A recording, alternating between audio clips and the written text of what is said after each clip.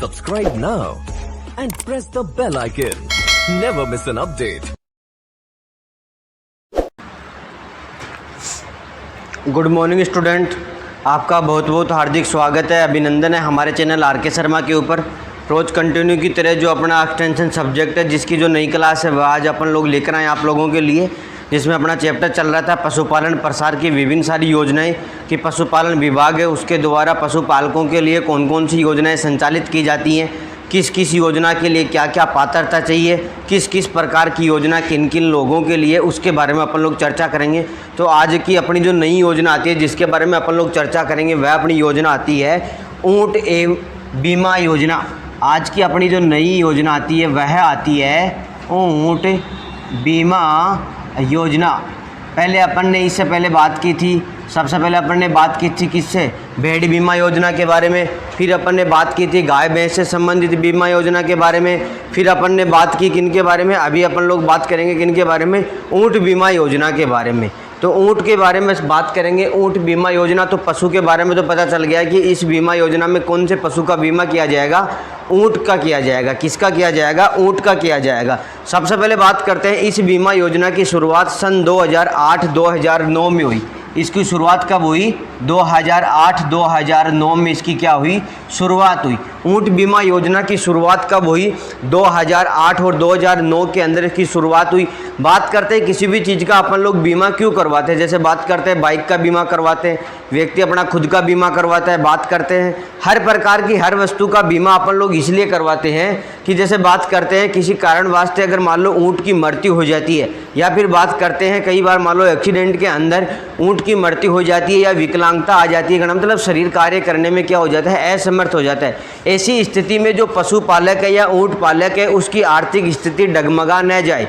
दूसरी बात करें तो जैसे मान लो ऊँट की मृत्यु होगी, अगर उसको कुछ बीमा कंपनी के द्वारा अगर कुछ पैसा मिलता है तो वह दोबारा से ऊँट पालन का कार्य क्या कर देता है, प्रारंभ कर देता है। इन्हें विभिन्न प्रकार के उद्देश्यों को ध्यान में रखते हुए अपन लोग क्या करवाते हैं, हर चीज़ का बीमा करवाते हैं। जैसे बात करते हैं अपन लोग बीमा, हेल्थ बीमा करवाते हैं, इंश्योरेंस जैसे जीवन बीमा करवाते हैं। इसलिए करवाते हैं कि जब अपना कभी भी स्वास्थ्य खराब हो जाए तो जब भी अपन लोग हॉस्पिटल में एडमिट हो तो बीमा कंपनी के द्वारा अपन को क्या दिया जाता है, पैसा दिया जाता है। बात करते हैं जैसे मान लो परिवार का मुखिया है उसका बीमा करवाते हैं। जैसे मान लो किसी कारण वास्ते किसी भी समय परिवार के मुखिया की अगर मृत्यु हो जाती है तो उस पूरे परिवार का जो भरण पोषण है, पालने का जो कार्य है उस व्यक्ति के द्वारा किया जाता है। वह उस व्यक्ति की जब मृत्यु हो जाती है तो जो भी बीमा कंपनी उसके द्वारा कुछ पैसों की सहायता की जाती है ताकि वह परिवार आगे अपना क्या कर सके, परिवार अच्छी तरीके से परिवार का पालन पोषण हो सके, परिवार जीवन यापन कर सके। इसी प्रकार अपन लोग बातें करते हैं, अपन लोग बात करेंगे ऊँट बीमा योजना के अंदर बात करेंगे। इसमें इसके अंदर जो ऊँट को पालने वाले जो व्यक्ति हैं उनकी आर्थिक स्थिति को सुधारा जा सके, इसलिए अपन लोग क्या करते हैं, ऊँट का बीमा करते हैं। बात करते हैं ऊँट का बीमा करने के लिए इसके अंदर कुछ पात्रता बात करते हैं, कुछ जो बात करते हैं इसकी जो योग्यता क्या है उसके बारे में चर्चा करते हैं।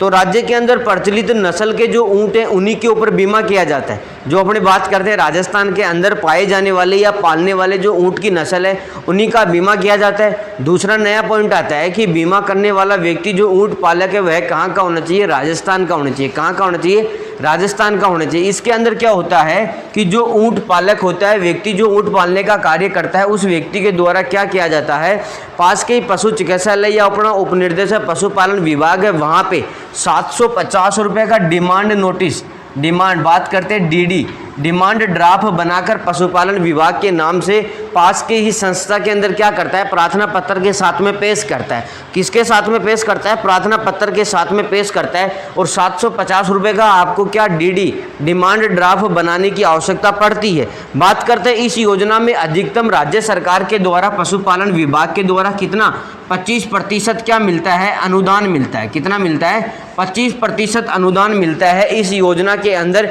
पशुपालक वाली जो इस योजना के अंदर पशु का जो पालक है, जो ऊँट पालने का जो कार्य कर रहा है, उस व्यक्ति को राज्य सरकार के द्वारा 25% क्या मिलती है, सब्सिडी मिलती है। तो बात करते हैं ऊँट बीमा योजना की शुरुआत सबसे पहले 2008-9 के अंदर हुई, ऊँटों से संबंधित है। बात करते हैं जो राजस्थान में पाई जाने वाली नस्लें हैं उन्हीं का इनके अंदर क्या किया जाता है, बीमा किया जाता है। बात करते हैं जो पशुपालक है, जो ऊँट पालक व्यक्ति है, उससे 75% राशि और बाकी की 25% राशि किसके द्वारा, राज्य सरकार के द्वारा द्वारा वहन की जाती है। प्रार्थना पत्र के साथ में पास के पशु चिकित्सालय में क्या आवेदन करना पड़ता है। इसी प्रकार अगली जो अपनी नई योजना आती है वह अपनी योजना आती है पशु चिकित्सालय पशुपालक के द्वार। आगे अपनी जो नई योजना पशुपालन विभाग के द्वारा संचालित होने वाली, जिसका नाम है पशु चिकित्सा पशुपालक के द्वार। बात करते हैं पशु चिकित्सा पशुपालक के द्वार की। अगर अपन लोग बात करते हैं तो इसमें यह आता है, इस योजना का मुख्य उद्देश्य है उन स्थानों के ऊपर जहाँ पे क्या पशु चिकित्सालय संस्था नहीं है। जैसे बात करते हैं कई जगहों के अंदर अभी भी बात करते हैं उपकेंद्र वहाँ पे नहीं है। बात करते हैं किसकी, हॉस्पिटल की, पशु चिकित्सा की बात करते हैं, चिकित्सालय की बात करते हैं तो वहाँ पे क्या नहीं है, पशु चिकित्सालय नहीं है। तो ऐसे क्षेत्र के अंदर बात करते हैं पशु चिकित्सा पशुपालक के द्वार का मतलब होता है कि पशुपालक का जहाँ घर होता है वहीं पे अपन लोग क्या करते हैं, पशु चिकित्सा की सेवाएं उपलब्ध करवाते हैं। क्या करवाते हैं, पशु चिकित्सालय की सेवाएं उपलब्ध करवाते हैं। जैसे बात करते हैं इसके अंदर मोबाइल वेटनरी यूनिट, किसकी बात करते हैं, मोबाइल वेटनरी यूनिट की बात की जाती है। इसके अंदर क्या किया जाता है, व्यक्ति को, कंपाउंडर को, जो अपने LHA पशुधन सहायक है उनको क्या है कि राज्य सरकार के द्वारा एक गाड़ी उपलब्ध करवाई जाती है और गाड़ी के अंदर उनको चार्ट इस प्रकार से, रूट चार्ट इस प्रकार से बनाकर दिया जाता है कि आसपास के जितने भी क्षेत्र, जिन जिन क्षेत्रों में पशु चिकित्सालय संस्था नहीं है, बात करते हैं जैसे सब सेंटर की बात करते हैं, पशु चिकित्सालय की बात करते हैं, प्रथम श्रेणी पशु चिकित्सालय की, जहाँ पे कहना मतलब किसी प्रकार की पशु चिकित्सालय संस्थाएं नहीं है, वहाँ पे पशुपालकों को क्या पशु चिकित्सालयों की जो सेवाएं हैं वह उपलब्ध करवाने का उनको कार्यक्रम दिया जाता है। जैसे बात करते हैं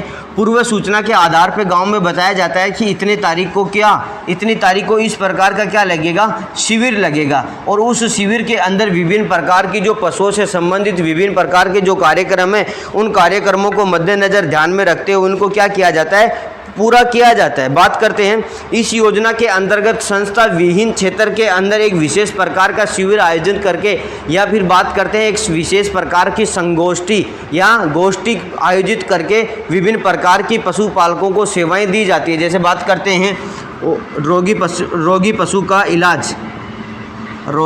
का इलाज, बात करते हैं रिपीट ब्रीडिंग। जैसे मान लो कोई पशुपालक है, बोल रहा है कि डॉक्टर साहब हमारी गाय भैंस बार बार ताव में आती है, बार बार हीट में आती है, हम लोग गर्भित भी करवा देते हैं, फिर हीट में आती है, कहना मतलब बार बार हीट में आती रहती है।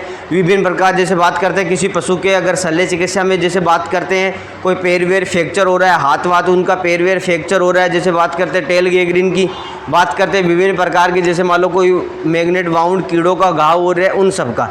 तो पशु चिकित्सा पशुपालक के द्वार का मतलब होता है इसके अंदर पशु चिकित्सा सेवाएं पशुपालक के द्वार का मतलब उनके फार्म हाउस के ऊपर उपलब्ध करवाई जाती हैं। हॉस्पिटल के अंदर तो पशुपालक खुद आता है, जबकि पशुपालक द्वार योजना के तहत पशु चिकित्सक होते हैं वह किसके पास जाते हैं, पशुपालक के पास जाते हैं, उसके घर पे जाते हैं और वहाँ पे उनको क्या पशु चिकित्सा की जो सेवाएं वह उपलब्ध करवाई जाती है। आगे बात करते हैं पशुपालन विभाग की विभिन्न सारी जो और भी जो योजनाएं उनके बारे में अपन लोग चर्चा करते हैं। आज अपन लोग इस चैप्टर को भाई कंप्लीट करेंगे, काफ़ी लंबे समय से ये चैप्टर चल रहा है आपका लगातार, आज अपन लोग इसको क्या कंप्लीट करेंगे। आगे बात करते हैं पशुपालन विकास योजनाएं, पशुपालन विकास योजनाएं कि पशु पालकों के लिए विभिन्न प्रकार की योजनाएं चलाई जाएं ताकि वह अधिक से अधिक क्या कर सके, पशुपालन का कार्य कर सके। जैसे बात करते हैं पशु चिकित्सा शिविरों के अंदर किए गए कार्य, इसमें सबसे पहला अपना पॉइंट आता है पशु चिकित्सा शिविरों में किए गए कार्य। बात करते हैं पशुपालन विभाग के द्वारा विकास योजनाएं संचालित की जाती है, जिसमें से सबसे मुख्य अपनी आती है पशु चिकित्सा शिविरों में किए गए कार्य। जैसे बात करते हैं पशु चिकित्सा के द्वारा शिविर का आयोजन करवाया जाता है, पर उस शिविर के आयोजन में क्या क्या पशुपालकों को प्रॉफिट मिलता है, क्या क्या लाभ मिलता है, इसके बारे में अपन लोग क्या करेंगे, चर्चा करेंगे। जैसे सबसे पहले बात करते हैं रोगी पशु का इलाज। जैसे मान लो किसी भी गाँव के अंदर कोई रोगी पशु है तो उसका क्या करना है, इलाज करना है। बात करते हैं बांझ पशु का निदान एवं इलाज। अगर कोई पशु क्या है, बांझ है, बांझ का मतलब बच्चा पैदा करने में क्या है, वह असमर्थ है, तो उसका इलाज करना। बात करते हैं उत्पादकता बढ़ाने के लिए प्रेरित करना। पशुओं से विभिन्न प्रकार का जो उत्पादन मिलता है उसको अधिक से अधिक उसमें क्या की जा सके, ग्रोथ की जा सके, उसमें उत्पादन क्षमता को अधिक से अधिक क्या किया जा सके, बढ़ाया जा सके। उसके लिए पशुपालकों को क्या करना, प्रेरित करना, उनके जो आयाम है उनके बारे में समझाना। अगला अपन बात करते हैं कृमि से ग्रसित पशुओं का इलाज करना। बात करते हैं पशुओं के अंदर, पेट के अंदर जो कीड़े होते हैं, कृमिनाशी होते हैं, उनके लिए पशुओं को क्या करना, उनको प्रेरित करना कि आपको प्रत्येक हर 6 माह से पशुओं को क्या डीवार्मिंग करवानी चाहिए। पशु के पेट में जो कीड़े हैं उनकी दवा पिलानी चाहिए हर 6 माह से हर प्रकार के पशु को। आगे बात करते हैं टीकाकरण की। पशुपालकों को शिविर के अंदर इस प्रकार से ज्ञानवर्धन किया जाता है कि आप लोगों को हर समय के अनुसार जिसका भी पशुपालन विभाग के द्वारा, राज्य सरकार के द्वारा टीकाकरण चलाया जाता है, उन टीकाकरणों को क्या पशुओं को लगवाना चाहिए, टीकाकरण करवाना चाहिए, वैक्सीनेशन करवाना चाहिए। आगे अपन बात करते हैं नकारा पशुओं का बधियाकरण। ग्रामीण क्षेत्र के अंदर जो नकारा पशु हैं, बिना फालतू के जो पशु हैं, जो क्या अवांछित गुणों वाली संतति उत्पन्न करते हैं, उन पशुओं को क्या करवा देना चाहिए, बधियाकरण करवा देना चाहिए, प्रजनन अयोग्य उनको बना देना चाहिए। आगे बात करते हैं संगोष्ठी के माध्यम से उन्नत तकनीकी का क्या ज्ञानवर्धन करना चाहिए। गाँव के अंदर शिविर के माध्यम से एक संगोष्ठी सभा का आयोजन किया जाता है ताकि उस सभा के अंदर लोगों को इस प्रकार से बताया जाता है कि पशुओं को प्रतिकूल मौसम से बचाना चाहिए। बात करते हैं अधिक अच्छा उत्पादन प्राप्त करने के लिए स्वास्थ्य से संबंधित ध्यान रखना चाहिए। अगर पशु बीमार है तो उसको समय के ऊपर क्या करवाना चाहिए, इलाज करवाना चाहिए। बात करते हैं पशुपालन की विभाग की जो योजनाएं संचालित की जाती है उनके बारे में समझाना चाहिए। आगे बात करते हैं शिविरों के अंदर पशुपालन विभाग के अंदर सबसे पहला मुख्य कार्य तो ये हो गया। दूसरा हो गया प्रगतिशील पशुपालकों की क्या होनी चाहिए, सूची बनानी चाहिए। जो ग्रामीण क्षेत्र के अंदर प्रगतिशील पशुपालक हैं उनका चयन करके उनकी एक लिस्ट तैयार करवानी चाहिए और फिर उनको जो सार्वजनिक स्थल है वहाँ पे उसको चिपका देना चाहिए कि उस व्यक्ति के पास में इस नस्ल का पशु उपलब्ध है। अगर किसी व्यक्ति को क्रय विक्रय करना है तो वह उस व्यक्ति से कर लेता है। जैसे बात करते हैं गाँव के अंदर 50 लोग हैं जो क्या करते हैं, प्रगतिशील पशुपालक की श्रेणी में आते हैं। किसकी श्रेणी में आते हैं, प्रगतिशील पशुपालक की श्रेणी में आते हैं।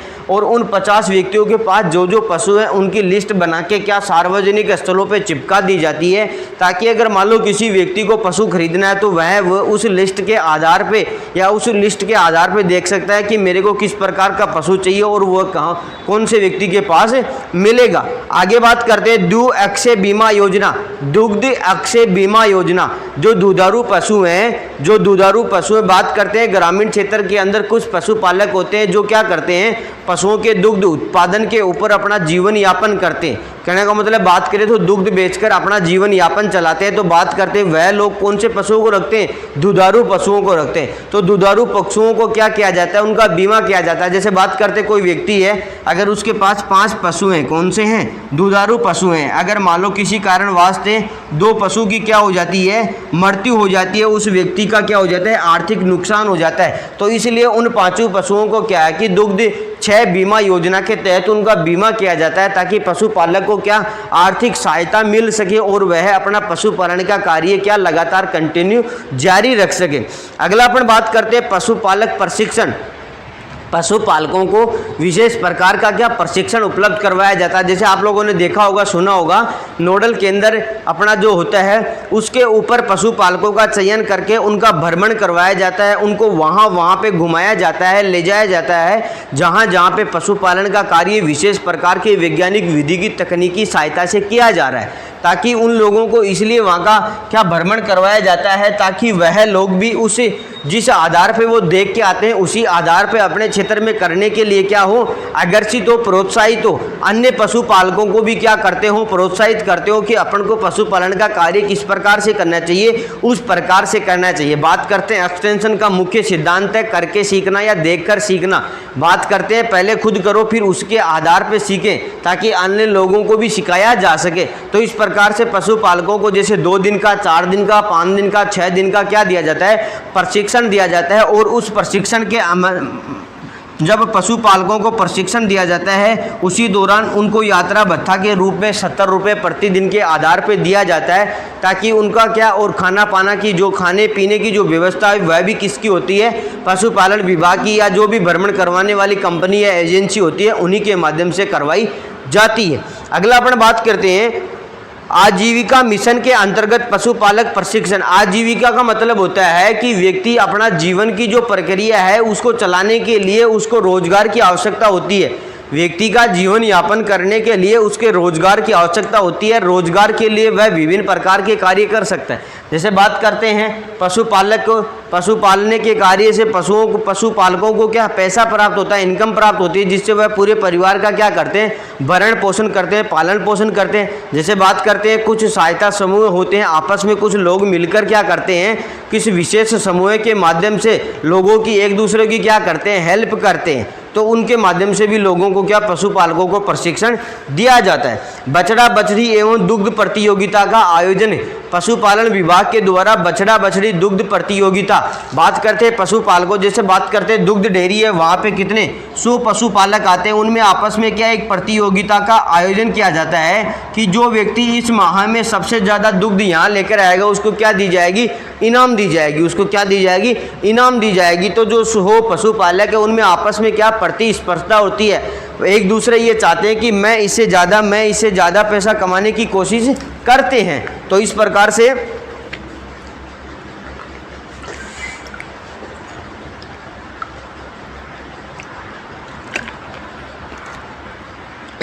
से हर पशुपालक ये चाहता है कि मैं अधिक से अधिक दूध कहाँ पहुँचाऊँ, दुग्ध डेयरी पे पहुँचाऊँ, क्योंकि जो फर्स्ट नंबर पे आएगा उसको क्या दिया जाएगा, प्रोत्साहन दिया जाएगा, इनाम राशि दी जाएगी।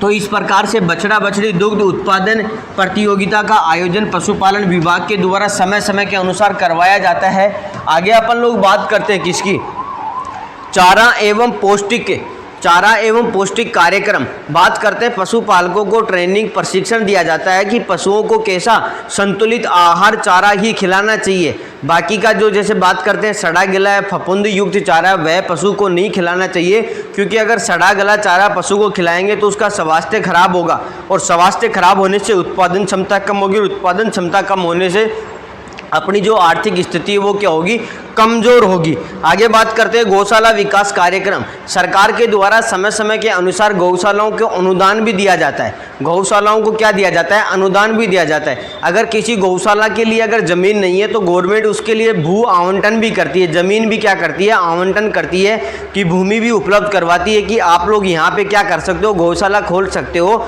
और क्या कर सकते हो, गायों की सेवा कर सकते हो। आगे बात करते हैं सांडों का वर्गीकरण या सांडों का वितरण।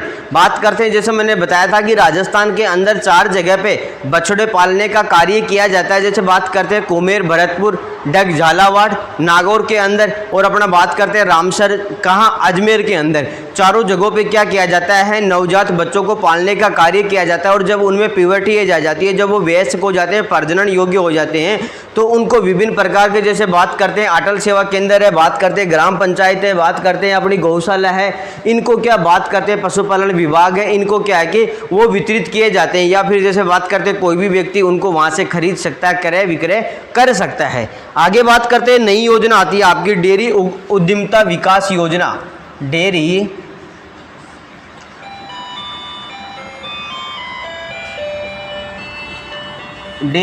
उद्यमिता विकास योजना। यह योजना किसकी है भाई, यह योजना केंद्र सरकार की है। यह योजना किसकी है, केंद्र सरकार की है। डेयरी उद्यमिता विकास योजना का मतलब है यह योजना किसकी है, केंद्र सरकार की है। इस योजना के माध्यम से पशुपालकों को क्या किसान क्रेडिट कार्ड की तर्ज के ऊपर पशु क्रेडिट कार्ड भी बनाकर दिया जाता है। जैसे अपन बात करते हैं केसीसी बनाते हैं, किसान क्रेडिट कार्ड, उसी के माध्यम से अब आपका एक नया कार्ड बनेगा जिसको बोलेंगे पशुपालक क्रेडिट कार्ड। और इसके माध्यम से क्या बैंकों के माध्यम से पशुपालकों को पशुपालन कार्य करने के लिए लोन की सुविधा भी उपलब्ध करवाई जा रही है। किसके द्वारा? केंद्र सरकार के द्वारा। डेयरी का मतलब आप लोगों को पता ही है कि पशुपालन का कार्य करना, किसान के पास उन्नत नस्ल के क्या हो, पशु। अब उन्नत नस्ल के पशु अगर वह व्यक्ति लेकर आना चाहता है तो उसके लिए उसको पैसे की जरूरत पड़ेगी। और पैसा किससे? पशुपालक क्रेडिट कार्ड से बात करें तो मतलब बैंक से लोन के माध्यम से दे दिए जाएंगे, मिल जाएंगे और वहां से वह क्या कर सकता है? पशु खरीद सकता है। और पशु खरीदने के बाद में किसका? डेयरी विकास का कार्यक्रम चलाया जा सकता है। आगे अपन बात करते हैं, कई बार आप लोगों ने देखा होगा ग्रामीण क्षेत्र के अंदर जो अपना दुग्ध इकट्ठा करने वाली जो सहकारी समितियां होती हैं, वहाँ के ऊपर क्या किया जाता है? वो लोग तो क्या करते हैं? दुग्ध को इकट्ठा करते हैं और फिर आगे जिस भी सहकारी समिति से संबंधित वो फैक्ट्री है वहाँ पे दूध को पहुँचा दिया जाता है। जबकि डेयरी उद्यमिता विकास योजना के तहत ये कार्यक्रम चलाया गया कि प्राप्त होने वाले दुग्ध से आप लोग क्या प्रोडक्ट बनाइए। जैसे बात करते हैं दुग्ध को इकट्ठा कीजिए, फिर उसे जैसे घी वगैरह है, मक्खन वगैरह, दही वगैरह, छाछ वगैरह प्रोडक्ट बना के वहीं पे उसकी क्या कीजिए? सप्लाई कीजिए, ताकि लोगों को क्या, बहुत सारे लोगों को क्या रोजगार उपलब्ध हो जाएंगे और वहाँ की चीज़ वहीं पे क्या आ जाएगी? काम आ जाएगी। यह योजना किसकी है? यह योजना केंद्र सरकार की है। यह योजना किसकी है? केंद्र सरकार की है। और इस योजना के तहत ही केंद्र सरकार इस योजना का मुख्य जो कार्यभाग है या इस योजना को संचालित करने वाला वह अपना है नाबार्ड। कौन है?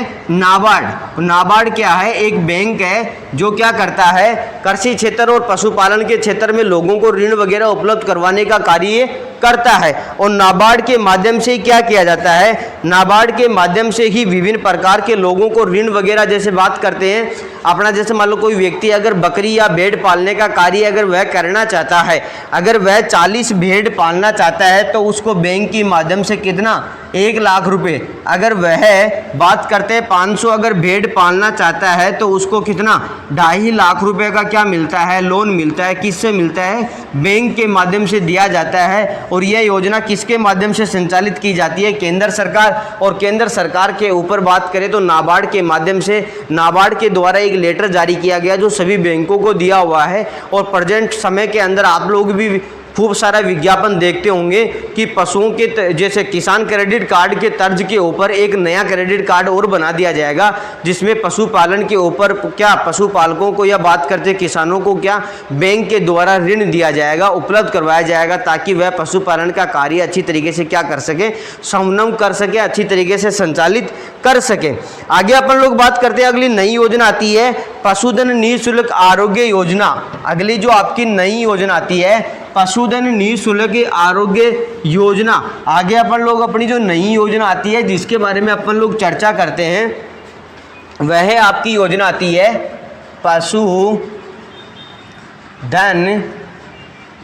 निःशुल्क आरोग्य योजना। इस योजना की बात करते हैं, पशुधन निःशुल्क आरोग्य योजना। इस योजना की बात करते हैं, इस योजना की शुरुआत 15 अगस्त 2012 को हुई। इस योजना की शुरुआत कब हुई? 15 अगस्त 2012 को। बात करते हैं, यह वही योजना है मुख्यमंत्री पशुधन निःशुल्क दवा योजना। यह कौन सी योजना? यह वही योजना है मुख्यमंत्री पशुधन निःशुल्क दवा योजना। और इस योजना को मुख्यतः इन्हीं बातों को मद्देनजर ध्यान में रखते हुए लागू किया गया। जैसे बात करते हैं पशुपालकों के पास पशु बीमार हो जाते हैं, परंतु बीमार होने के बाद में बीमारी का इलाज करवाने के लिए पैसा नहीं होने की वजह से पशुओं की क्या हो जाती है? मृत्यु हो जाती है। पशुपालकों के पास पैसा न होने की वजह से, दवा का पैसा उपलब्ध नहीं होने की वजह से पशु की क्या हो जाती है? मृत्यु हो जाती है। तो बात करें तो पशुओं की मृत्यु दर को कम करने के लिए इस योजना की क्या की गई? शुरुआत की गई। किसको? मृत्यु दर को कम करने के लिए इस योजना की शुरुआत की गई। बात करते हैं जैसे कि पशुपालक का जो कार्य करते हैं वह निम्न वर्ग के क्षेत्र के द्वारा किया जाता है, और निम्न वर्ग के क्षेत्र के लोगों के पास में पैसा नहीं होने की वजह से वह बीमारी के समय पशुओं को क्या उचित प्रकार का इलाज नहीं दिला पाते हैं, और जिससे क्या हो जाती है, पशु की मृत्यु हो जाती है। और पशु की मृत्यु होने की वजह से उनको क्या होता है, आर्थिक नुकसान होता है। उनको क्या होता है, आर्थिक नुकसान होता है। तो पशुपालकों को आर्थिक नुकसान से, पशु की मृत्यु के आर्थिक नुकसान से बचाने के लिए मुख्यमंत्री पशुधन निःशुल्क दवा योजना की शुरुआत राजस्थान के अंदर 15 अगस्त 2012 को की गई। उस टाइम के तत्काल के बात करते हैं, उस टाइम के जो मुख्यमंत्री थे, बात करते हैं अशोक जी गहलोत जी के द्वारा ये क्या की गई, शुरुआत की गई। अशोक गहलोत जी के द्वारा क्या की गई है, इस योजना की क्या की गई, शुरुआत की गई। बात करते हैं निःशुल्क दवा योजना की, तो इस योजना के अंदर उन सभी पशुपालकों को दवा योजना क्या की जाती है, फ्री दी जाती है, दवा फ्री दी जाती है। सिर्फ मात्र 2 रुपये एक पशु के हिसाब से लिए जाते हैं, सिर्फ ओनली दवा पर्ची के, और बाकी की जितनी भी दवा होती है उसको क्या है, निःशुल्क पशुपालकों को उपलब्ध करवाई जाती है। आगे अपन लोग बात करते हैं, एक या 2 नई योजना हो रहे हैं, फिर उसके बाद में अपनी जो योजना है, लास्ट योजना है, फिर वो कंप्लीट है, जिसके बारे में अपन लोग चर्चा करते हैं। अपनी लास्ट सिर्फ एक ही योजना बच रही है, जिसको अपन लोग आज कंप्लीट कर देंगे, और आज ये चैप्टर कंप्लीट हो जाएगा, और यह चैप्टर आज अपना क्या हो जाएगा, कंप्लीट हो जाएगा। आगे अपन बात करते हैं राष्ट्रीय कृषि विकास योजना।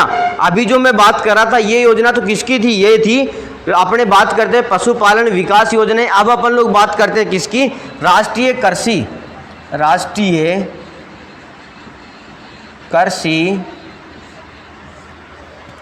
विकास योजना। आगे अपन बात करते हैं राष्ट्रीय कृषि विकास योजना। तो बात करते हैं राष्ट्रीय कृषि विकास योजना की शुरुआत वही 2008 और 2009 में हुई। इन योजनाओं की शुरुआत कब हुई, 2008 और 2009 के अंदर हुई। बात करते हैं इनके अंदर विभिन्न प्रकार की योजनाओं को क्या किया गया, संचालित किया गया। जैसे बात करते हैं पशुधन आरोग्य चल इकाई। बात करते हैं किसकी, पशुधन आरोग्य चल इकाई। इसके अंदर मुख्य महत्वपूर्ण जो योजना आती है उसकी अपन चर्चा करते हैं, पशुधन आरोग्य चल इकाई। पशुधन का मतलब तो हो गया पशुपालन से संबंधित, और बात करते हैं किसका, आरोग्य का मतलब पशुपालक जो पशु है उनको जो रोग हैं, रोगग्रस्त पशु हैं, उनके पास क्या करें, चल इकाई का मतलब पशुपालन जो अपनी जो संस्थाएं होती हैं उनके अंदर जो सुविधा उपलब्ध होती है, उन सुविधाओं को अपन लोग खुद कहाँ लेके जा रहे हैं, पशुपालक के द्वार पे लेके जा रहे हैं, पशुपालक के फार्म हाउस पे लेके जा रहे हैं। बात करें तो इसके अंदर बात करें तो कोई संस्था विशेष एक जगह पे नहीं है कि इसके अंदर पशुपालक को आने की आवश्यकता नहीं होती है। इसमें कौन, पशु चिकित्सक स्वयं जाता है। चल इकाई का मतलब आप लोगों ने नाम सुना होगा मोबाइल वेटनरी यूनिट का, वह चल इकाई से संबंधित ही है। मोबाइल वेटनरी यूनिट का नाम सुना होगा, वह किससे है, चल इकाई से संबंधित है। बात करते हैं जैसे नेशनल हाईवे, जैसे बात करते हैं रोड एक्सीडेंट के अंदर आवारा पशु क्या हो जाते हैं, दुर्घटना हो जाती है किनकी, आवारा पशुओं की। तो उनकी देखरेख करने के लिए ये तो है नहीं कि पशु चिकित्सालय में तो कौन लेके जाएगा, क्योंकि उनका कोई मालिक ही नहीं है। तो उनके लिए राज्य सरकार ने पशुधन आरोग्य चल इकाई की क्या की गई, संचालित की गई। इस योजना की शुरुआत की गई। अगर रोड के ऊपर कोई आवारा पशु है, अगर वह एक्सीडेंट हो जाता है या वह पशु क्या है, बीमार है, तो उसका चल इकाई मोबाइल वेटनरी यूनिट के माध्यम से उसका क्या किया जाता है, इलाज किया जाता है। इस प्रकार से बात करते बहुउद्देशीय पशु चिकित्सालयों का अच्छी तरीके से सुदृढ़ीकरण करना। बात करते हैं जो पशु चिकित्सालय अपने बहुउद्देशीय, बात करते हैं डिस्ट्रिक्ट लेवल के ऊपर जो पशु चिकित्सालय वहाँ के ऊपर विभिन्न प्रकार की सेवाएं उपलब्ध करवाना। जैसे बात करते हैं पशु जो बहुउद्देशीय पशु चिकित्सालय, वहाँ पे आप लोगों को एक्सरे, बात करते हैं एक्सरे से संबंधित, बात करते हैं ऑपरेशन से संबंधित, बात करते हैं पशु को वहाँ पे भर्ती करवाने से संबंधित। जैसे मान लो अगर आपका पशु के इस प्रकार की बीमारी है कि 5 दिन तक लगातार डॉक्टर की निगरानी में उसका क्या ट्रीटमेंट लगातार चलता है, तो उस पशु को वहाँ पे भर्ती करवाने के लिए भी सुविधा उपलब्ध है। और वह सुविधा कहाँ पे उपलब्ध है, डिस्ट्रिक्ट लेवल के ऊपर ही उपलब्ध है। और उनको और भी कुछ बहुत सारी सुविधाएं युक्त करने के लिए राज्य सरकार के द्वारा कुछ ना कुछ नया कुछ करने की कोशिश की जा रही है, जिसमें उनके लिए जैसे बात करते हैं एक्सरे से संबंधित है, ऑपरेशन से संबंधित है, विभिन्न प्रकार के क्या किए जा रहे हैं, कार्यक्रम चलाए जा रहे हैं। आगे अपन बात करते हैं कोल्ड चेन संधारण योजना।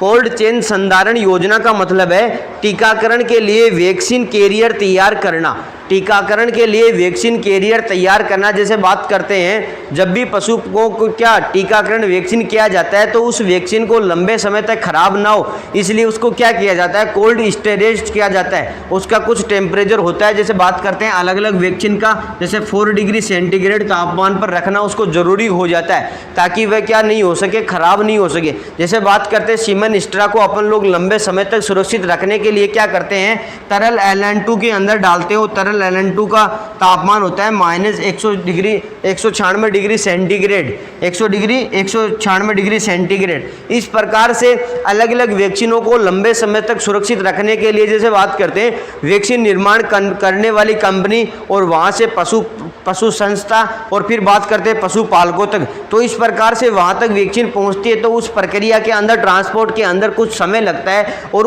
अगर उस समय के अंदर टेम्परेचर अगर मेंटेन नहीं रखा जाता है तो वो क्या वैक्सीन खराब हो जाएगी। इसलिए उन टेम्परेचर को मेंटेन रखने के लिए क्या किया जाता है, वैक्सीन कोरियर का निर्माण किया जाता है। जैसे बॉक्स टाइप में आता है, जैसे बात करते हैं कई संस्थाओं के अंदर, जैसे बात करते हैं फ्रिज वगैरह के अंदर रखा जाता है। कई जैसे बड़ी जगह वहाँ पे कोल्ड स्टोरेज के लिए डीप फ्रीज की सुविधा उपलब्ध करवाई जाती है।